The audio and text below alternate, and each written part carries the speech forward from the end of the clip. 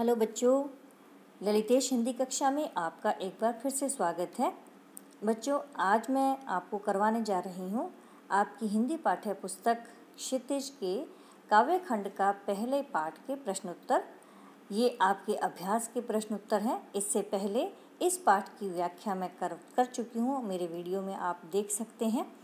तो आज बच्चों हम करने जा रहे हैं इस पाठ के प्रश्नोत्तर। उद्धव तुम हो अति बड़भागी।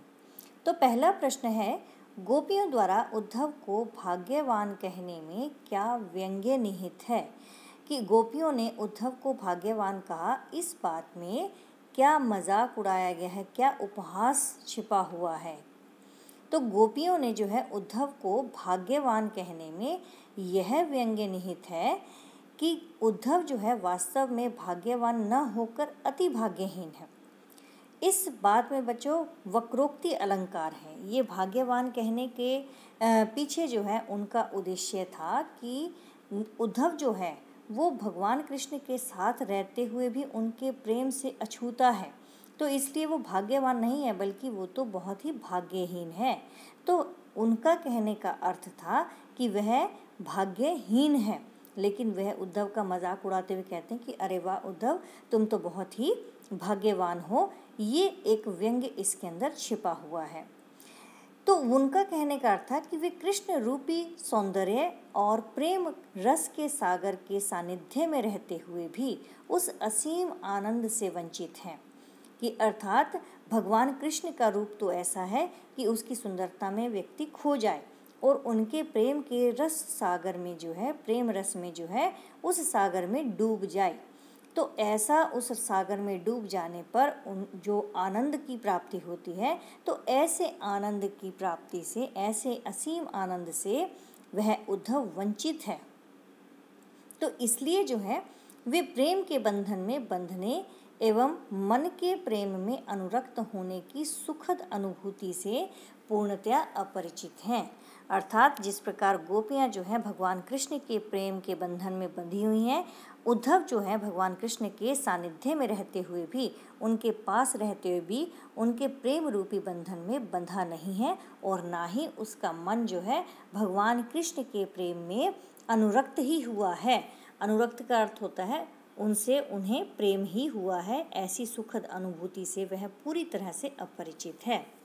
दूसरा प्रश्न है, उद्धव के व्यवहार की तुलना किस किस से की गई है? तो गोपियों ने उद्धव के व्यवहार की तुलना निम्नलिखित उदाहरणों से की है। उसने क्या कहा है कि गोपियों ने उद्धव के व्यवहार की तुलना कमल के पत्ते से की है, जो कि जल में रहते हुए भी उससे प्रभावित नहीं होता।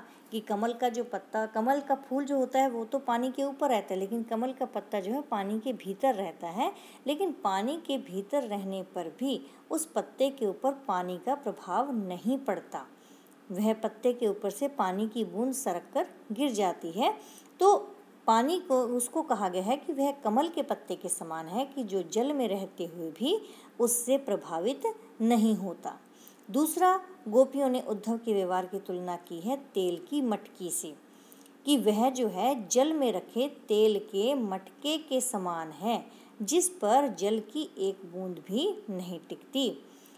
जिस मटकी के ऊपर तेल लगा होता है, अगर हम उसके ऊपर पानी डालें तो वह तेल का जो है प्रभाव ऐसा होता है कि उस पर पानी नहीं टिकता। तो ऐसे ही उद्धव जो है भगवान कृष्ण के पास रहते हुए भी उसके प्रेम से जो है अछूते हैं। उसके ऊपर जो है उसका प्रभाव, भगवान कृष्ण के प्रेम का जो है कोई प्रभाव नहीं पड़ा है। अगला प्रश्न है, गोपियों ने किन किन उदाहरणों के माध्यम से उद्धव को उल्हाने दिए हैं? गोपियों ने अनेक उदाहरणों के माध्यम से उद्धव को उल्हाने दिए हैं। किस किस तरीके से? अभी भी पिछले प्रश्न में यही बात हुई थी कि गोपियां जो हैं उद्धव के व्यवहार को कमल के पत्ते के समान बताती हैं, जो कि पानी में रहकर भी उससे अछूता रहता है। यानी कि वे प्रेम के मूर्त भगवान श्री कृष्ण के संग रहकर भी उसका अर्थ नहीं समझ पाए। उसका अर्थ नहीं जान पाए, यानी कि उनके प्रेम रूपी जो है मूर्त उनके सामने है, भगवान कृष्ण उनके सामने है, लेकिन उनके संग रहने के पश्चात भी उनके प्रेम का प्रभाव जो है वो उद्धव को छू भी नहीं पाया है। तो गोपियाँ जो हैं उन्हें बड़भागी कहती हैं, जो कृष्ण के संग रहकर, बड़भागी का मतलब क्या होता है, भाग्यवान, कि उन्हें भाग्यशाली, उन्हें भाग्यवान कहती हैं जो कृष्ण के संग रहकर भी प्रेम के बंधनों से मुक्त है। उन्हें प्रेम के मायने नहीं पता है। तीसरे नंबर पे वे कहती हैं कि वे उद्धव के योग संदेश को कड़वी ककड़ी के समान बताती हैं। अब क्या उल्हाना देती हैं जब उद्धव उनके लिए योग का संदेश लेकर आते हैं, तो गोपियाँ कहती हैं कि तुम्हारा ये योग संदेश तो कड़वी ककड़ी के समान प्रतीत होता है हमें, क्योंकि जिस प्रकार मुंह में डालने से ककड़ी को मुंह में डालने से मुंह कड़वा हो जाता है, उसी प्रकार तुम्हारा ये जो योग संदेश है वो बिल्कुल कड़वी ककड़ी के समान प्रतीत होता है, जो उनसे नहीं खाई जाती, यानी कि वे उन बातों को समझ नहीं सकती। उनके लिए योग साधना का कोई अर्थ नहीं है, क्योंकि उन्होंने तो अपने एकमात्र मोक्ष का मार्ग ढूंढ लिया है, भगवान कृष्ण का सगुण रूप, यानी कि साकार साक्षात रूप जो है भगवान कृष्ण का पा लिया है। तो अब उन्हें योग साधना को पाने की आवश्यकता नहीं है। चौथा प्रश्न है, उद्धव द्वारा दिए गए योग के संदेश ने गोपियों की विरह अग्नि में घी का काम कैसे किया। अब भगवान कृष्ण के जाने के बाद गोपियां जो हैं भगवान कृष्ण की विरह की आग में जल रही हैं।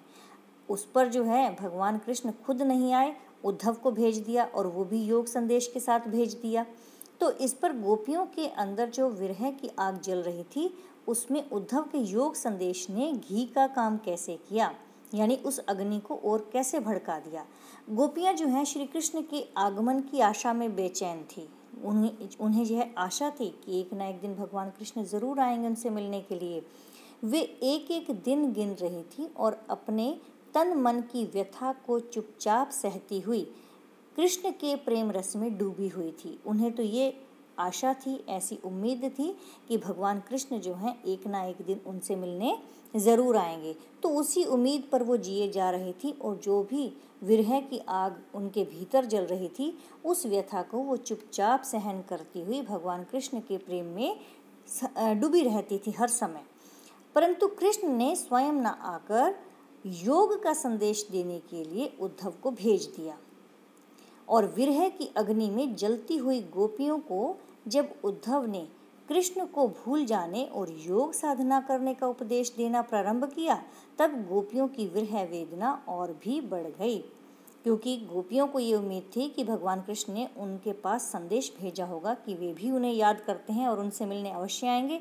लेकिन यहाँ तो उल्टा ही हुआ कि भगवान कृष्ण ने ना तो खुद आए, और आए तो भेजा तो संदेश भेजा उद्धव के हाथ, और वो भी योग साधना का। तो ये जो है विरह की अग्नि में जलती हुई गोपियों को जब उद्धव ने कृष्ण को भूल जाने के बारे में कहा, तो गोपियों की विरह की अग्नि जो है और बढ़ गई, और वह जो है उस वेदना में को खुद भी सहन नहीं कर पा रही थी। इस प्रकार उद्धव द्वारा दिए गए योग संदेश ने गोपियों की विरह अग्नि में घी का काम किया। अगला प्रश्न है, मर्यादा न लही के माध्यम से कौन सी मर्यादा न रहने की बात की गई है। मर्यादा न लही, इस शब्द के माध्यम से, इस पंक्ति के माध्यम से प्रेम की मर्यादा न रहने की बात की जा रही है। किसकी प्रेम की? कि कृष्ण के मथुरा चले जाने पर गोपियाँ उनके वियोग में जल रही थी। कृष्ण के आने पर ही उनकी विरह वेदना मिट सकती थी, परंतु कृष्ण ने स्वयं न आकर उद्धव को योग संदेश के साथ भेज दिया, जिसने कि गोपियों के उनकी मर्यादा का त्याग करने पर आतुर कर दिया। कहने का अर्थ क्या है कि गोपियाँ जो हैं वो तो दिन रात भगवान कृष्ण की विरह वेदना में जल रही थी, विरह की पीड़ा को सहन करती चली जा रही थी, लेकिन कृष्ण ने के आने पर जो है उनकी विरह वेदना जो है वो मिट सकती थी, लेकिन ऐसा नहीं हो पाया। कृष्ण ने खुद तो आए नहीं और उसके योग संदेश भेज दिया, किसके हाथ? उद्धव के हाथ भेज दिया। तो उन्हें लगा कि उनकी तो मर्यादा का उल्लंघन हो गया है, कि वो उन्होंने तो कभी ऐसा नहीं किया था। जो भी वादा करते थे वो हमेशा निभाते थे, लेकिन ऐसा पहली बार हुआ है कि उन्होंने अपनी मर्यादा नहीं रखी। अगला प्रश्न है, कृष्ण के प्रति अपने अनन्य प्रेम को गोपियों ने किस प्रकार अभिव्यक्त किया है। गोपियों ने जो है कृष्ण के प्रति अपने अनन्य प्रेम को विभिन्न प्रकार से दिखाया है। कैसे? गोपियों ने अपनी तुलना उन चींटियों के साथ की है जो कि गुड़ पर जो है चिपकी रहती हैं, गुड़ पर आसक्त होकर उससे चिपट जाती हैं और फिर स्वयं को छुड़ा ना पाने के कारण वहीं पर ही प्राण त्याग देती हैं। तो उनके लिए तो भगवान श्री कृष्ण जो हैं गुड़ के समान हैं, जिसके ऊपर जो है वो गोपियाँ चिपक गई हैं और अब अगर वो छूट जाती हैं, अगर वो उससे जो है अपने आप को छुड़ाना भी चाहें तो छुड़ा ना पाने के कारण जो है वो वहीं पर ही अपना प्राण त्याग देंगी, क्योंकि प्रेम जो है उनसे उनका छूट नहीं सकता किसी भी प्रकार से। उन्होंने खुद को हारिल पक्षी और श्री कृष्ण को लकड़ी की भांति बताया कि जिस प्रकार हारिल पक्षी सदैव अपने पंजे में कोई लकड़ी या कोई तिनका पकड़े रहता है, उसे किसी भी दशा में नहीं छोड़ता, उसी प्रकार गोपियों ने भी मन, कर्म और वचन से कृष्ण को अपने हृदय में दृढ़ता पूर्वक बसा लिया है और वे अब किसी भी कीमत पर उन्हें छोड़ना नहीं चाहती। और वो क्या कहती हैं कि वे जागते सोते स्वप्न अवस्था में भी दिन रात कृष्ण कृष्ण की ही रट लगाए रहती हैं। तो इस प्रकार से गोपियों ने अपने प्रेम को अभिव्यक्त किया है भगवान कृष्ण के प्रति। अगला प्रश्न है, गोपियों ने उद्धव से योग की शिक्षा कैसे लोगों को देने की बात कही है। तो गोपियों ने क्या कहा उद्धव से कि हे उद्धव, योग की शिक्षा जो है वो ऐसे लोगों को दो जाकर जिनका मन चंचल है और इधर उधर भटकता है। उद्धव अपने योग के संदेश में मन की एकाग्रता का उपदेश देते हैं कि मन को जो है एकाग्र करके आप योग संदेश के माध्यम से, योग साधना के माध्यम से जो है भगवान को पा सकते हैं, मोक्ष का मार्ग पा सकते हैं। परंतु गोपियों का मन तो कृष्ण के अनन्य प्रेम में पहले से ही एकाग्र है, यानी उन्हें तो भगवान कृष्ण के अलावा और कोई दिखते ही नहीं। तो इस प्रकार योग साधना का उपदेश उनके लिए निरर्थक है। योग की आवश्यकता तो उन्हें है जिनका मन स्थिर नहीं हो पाता, एक जगह टिक नहीं पाता। इसलिए गोपियाँ जो हैं चंचल मन वाले लोगों को योग का ये उपदेश देने की बात कहती हैं। अगला प्रश्न है कि प्रस्तुत पदों के आधार पर गोपियों का योग साधना के प्रति दृष्टिकोण स्पष्ट कीजिए कि योग साधना को वो कैसा मानती हैं। तो गोपियों ने योग साधना को बिल्कुल निरर्थक बताया, जिसका कोई अर्थ ही नहीं होता। उनके अनुसार तो यह उन लोगों के लिए है जिनका मन अस्थिर है, यानी जिनका मन टिका हुआ नहीं है, ये तो उनके लिए कामयाब है। परंतु गोपियों का हृदय तो श्री कृष्ण के लिए स्थिर है, यानी उन्हीं पर ही टिका हुआ है। वे उनकी भक्ति में पूरी तरह से समर्पित हैं। योग ज्ञान उनके लिए एक कड़वी ककड़ी के समान है, जिसे खाना बहुत ही मुश्किल है। यह ज्ञान गोपियों के लिए बीमारी से अधिक कुछ है नहीं, यानी कि बीमारी से अधिक जो है उन्हें कुछ और नहीं दिखाई देता। उन्हें लगता है ये तो ऐसी बीमारी है जो ना तो हमने कभी देखी, ना कभी सुनी, ना ही कभी व्यवहार में लाए। तो इसलिए गोपियों के लिए योग साधना का जो संदेश था वो कड़वी ककड़ी और एक बीमारी के समान था। गोपियों के अनुसार राजा का धर्म क्या होना चाहिए। गोपियों के अनुसार राजा का धर्म है कि वह प्रजा को ना सताएं और प्रजा के सुखों का ख्याल रखें। अर्थात राजा का ये धर्म होना चाहिए कि वह अपनी प्रजा को हर प्रकार से संतुष्ट रखें और उन्हें किसी प्रकार से परेशान या उनको सताने की चेष्टा ना करें। तो ये उनके लिए राजा का धर्म था गोपियों के अनुसार। अगला प्रश्न कहते हैं कि गोपियों को कृष्ण में ऐसे कौन सा परिवर्तन दिखाई दिए जिनके कारण वे अपना मन वापस पा लेने की बात कहती हैं। अब पहले तो भगवान कृष्ण वही थे जो यहाँ रहते थे, जिनके संग वो हर दिन ठिठोली किया करते थे, गोपियों की वो मटकियाँ फोड़ा करते थे, उनके कपड़े चुरा लिया करते थे, तो उन्हें ये सब बातें अच्छी लगती थी। लेकिन अब जो है जब से मथुरा गए हैं तब से उन्हें भगवान कृष्ण में कुछ परिवर्तन दिखाई दिए। और वो कैसे परिवर्तन थे जिससे कि देखकर उनका मन उदास हो जाता है गोपियों का, और वे चाहती हैं कि वे अपना मन वापस पा लें। तो गोपियों को लगता है कि कृष्ण ने अब राजनीति सीख ली है, यानी कि राजनीति के सारे जो हैं वो गुण पकड़ लिए हैं कि किस प्रकार से राजनीति की जानी चाहिए। तो वो कहती हैं कि उनकी बुद्धि तो पहले से भी अधिक चतुर हो गई है राजनीति सीख जाने के बाद। पहले तो वे प्रेम का बदला प्रेम से चुकाते थे, परंतु अब प्रेम की मर्यादा को भूलकर योग का संदेश देने लगे हैं।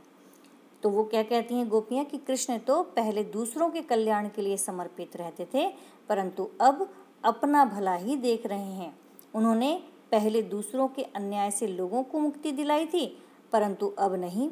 श्री कृष्ण गोपियों से मिलने की बजाय योग के शिक्षा देने के लिए उद्धव को भेज दिया है। तो श्री कृष्ण के इस कदम से गोपियों के मन और भी आहत हो गए, जिससे कि कृष्ण में आए हुए इन्हीं परिवर्तनों को देखकर गोपियाँ अपने आप को जो है भगवान कृष्ण के अनुराग से वापस पा लेना चाहती हैं कि भगवान कृष्ण का प्रेम जो है अब हमें नहीं चाहिए, हम अपना मन वापस पाना चाहती हैं। अगला प्रश्न है, गोपियों ने अपने वाक चातुर्य के आधार पर ज्ञानी उद्धव को परास्त कर दिया। उनके वाक चातुर्य की विशेषताएं लिखिए। वाक चातुर्य का मतलब होता है बोलने की चतुराई, वाक का मतलब होता है वाणी और चातुर्य का अर्थ होता है चतुराई। तो गोपियों ने अपनी वाणी की चतुराई से जो है उद्धव को परास्त कर दिया, उसे हरा दिया। तो उनकी जो वाक चतुरता थी उसकी विशेषताएं क्या क्या थी? तो पहला क्या था कि गोपियों की जो विशेषताएं इस प्रकार से हैं कि साहसी हैं। पहली तो वो कि गोपियां जो हैं वो पूरी तरह से निडर हैं। वह उद्धव को कोसने से परहेज नहीं करती, यानी कि वो ये नहीं देखती कि ये तो भगवान कृष्ण के यहाँ से उनका मित्र आया है तो उसकी बहुत आवभगत की जाएगी, बल्कि उसे उल्टा सीधा सुनाने लग जाती हैं, उसे कोसने लग जाती हैं। वह उनके योग साधना के संदेश को कड़वी ककड़ी और बीमारी बताती हैं। दूसरा, व्यंग्यात्मकता। गोपियों ने बड़े ही प्रभावशाली ढंग से व्यंग्य किया है। वे उद्धव को बड़भागी कहती हैं, क्योंकि वह श्री कृष्ण के पास रहकर भी उनके प्रेम से अछूते रहे, यह कहकर वह उद्धव का उपहास करती हैं। स्पष्टता। वे स्पष्ट शब्दों में उद्धव को बताती हैं कि वे कृष्ण के प्रेम में पूरी तरह से लीन हैं, इसलिए उनके योग संदेश का उन पर कोई असर नहीं पड़ने वाला। तो इसलिए इस प्रकार से ये जो है उनकी वाक चातुर्य की विशेषताएं हैं। एक तो वे साहसी हैं, दूसरा व्यंग्यात्मकता है उनके भीतर, और दूसरी वो स्पष्टवादी हैं। अगला प्रश्न है कि गोपियों ने उद्धव के सामने तरह तरह के तर्क दिए। आप अपनी कल्पना से और तर्क दीजिए। गोपियों ने उद्धव के सामने जो है अलग अलग प्रकार से अपनी बात कहने के लिए अलग अलग तर्क दिए। किस किस तरह के गोपियों ने उद्धव के सामने तरह तरह के तर्क दिए हैं कि हाँ, और वो तर्क जो हैं वो किस प्रकार से हैं कि प्रेम कर विरह की वेदना के साथ योग साधना की शिक्षा देना कहाँ का न्याय है। अर्थात एक तरफ तो आप प्रेम करें और प्रेम की विरह वेदना को भी सहें, और उसके साथ ही आप योग साधना की शिक्षा भी देना चाहें, तो ये तो दोनों संभव है ही नहीं कि भगवान कृष्ण ने एक तरफ तो गोपियों को प्रेम करना सिखाया और दूसरी तरफ उनसे कहते हैं कि तुम उसे भूल कर जो है, गोपियां जो हैं कृष्ण को भूलकर योग साधना को अपना लें। तो कहते ये दोनों बातें, ये दोनों शिक्षा एक साथ नहीं हो सकती, ये शिक्षा देना कोई न्याय नहीं है। दूसरा, आप अपनी बात जो है पूरी ना कर पाने वाले कृष्ण एक धोखेबाज हैं, क्योंकि उन्होंने अपनी मर्यादा को वो भूल गए हैं। आने के लिए उन्होंने कहा था कि मैं इस समय तक आपसे मिलने अवश्य आऊँगा, लेकिन वे नहीं आए, तो अपनी बात पूरी ना कर पाने के कारण जो है कृष्ण क्या कहलाए, एक धोखेबाज कहलाए। कृष्ण अपने अन्य प्रेम करने वाले सगों को योग साधना का पाठ क्यों नहीं पढ़ाते। अब गोपियाँ कहती हैं कि आप हमें ये जो है पढ़ाने के लिए आए हुए हैं ये पाठ योग साधना का, तो आप अपने और मित्रों को या अपने और सगे संबंधियों को ये पाठ क्यों नहीं पढ़ाते, हमें क्यों पढ़ाने के लिए आए हैं। तो इस प्रकार गोपियाँ जो हैं उद्धव के सामने तरह तरह के तर्क देती हैं। उद्धव ज्ञानी थे, नीति की बातें जानते थे। गोपियों के पास ऐसी कौन सी शक्ति थी जो उनके वाक चातुर्य में मुखरित हो उठी हैं। कि गोपी जो उद्धव थे वो बहुत ज्ञानी थे, एक योगी थे वो, तो नीति की बातें भी करना जानते थे। तो वो कहते गोपियों के पास ऐसी कौन सी शक्ति थी जिसके कारण से उद्धव परास्त हो गए, और वो उनकी वाक चातुर्य जो है वो दिखाई देता है। कहते गोपियों के पास उनके मन श्री कृष्ण के लिए प्रेम तथा भक्ति की अद्भुत शक्ति थी। कि गोपियों के पास क्या था, उनके मन में भगवान कृष्ण के लिए प्रेम तथा भक्ति की जो अद्भुत शक्ति थी, जिसके कारण से उद्धव जैसे ज्ञानी को भी उन्होंने अपने तर्कों से हरा दिया।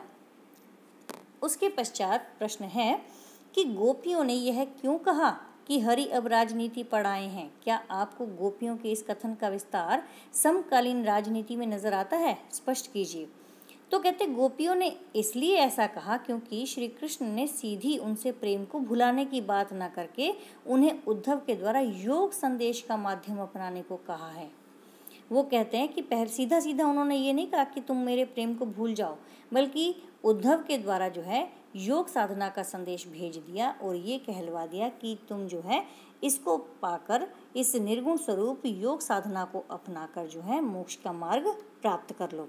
तो गोपियों का यह कथन है कि हरि अब राजनीति पर आए हैं, आज भी राजनीति में नजर आ रहा है। आज की राजनीति में जो है उनकी ये बातें नजर आ रही हैं।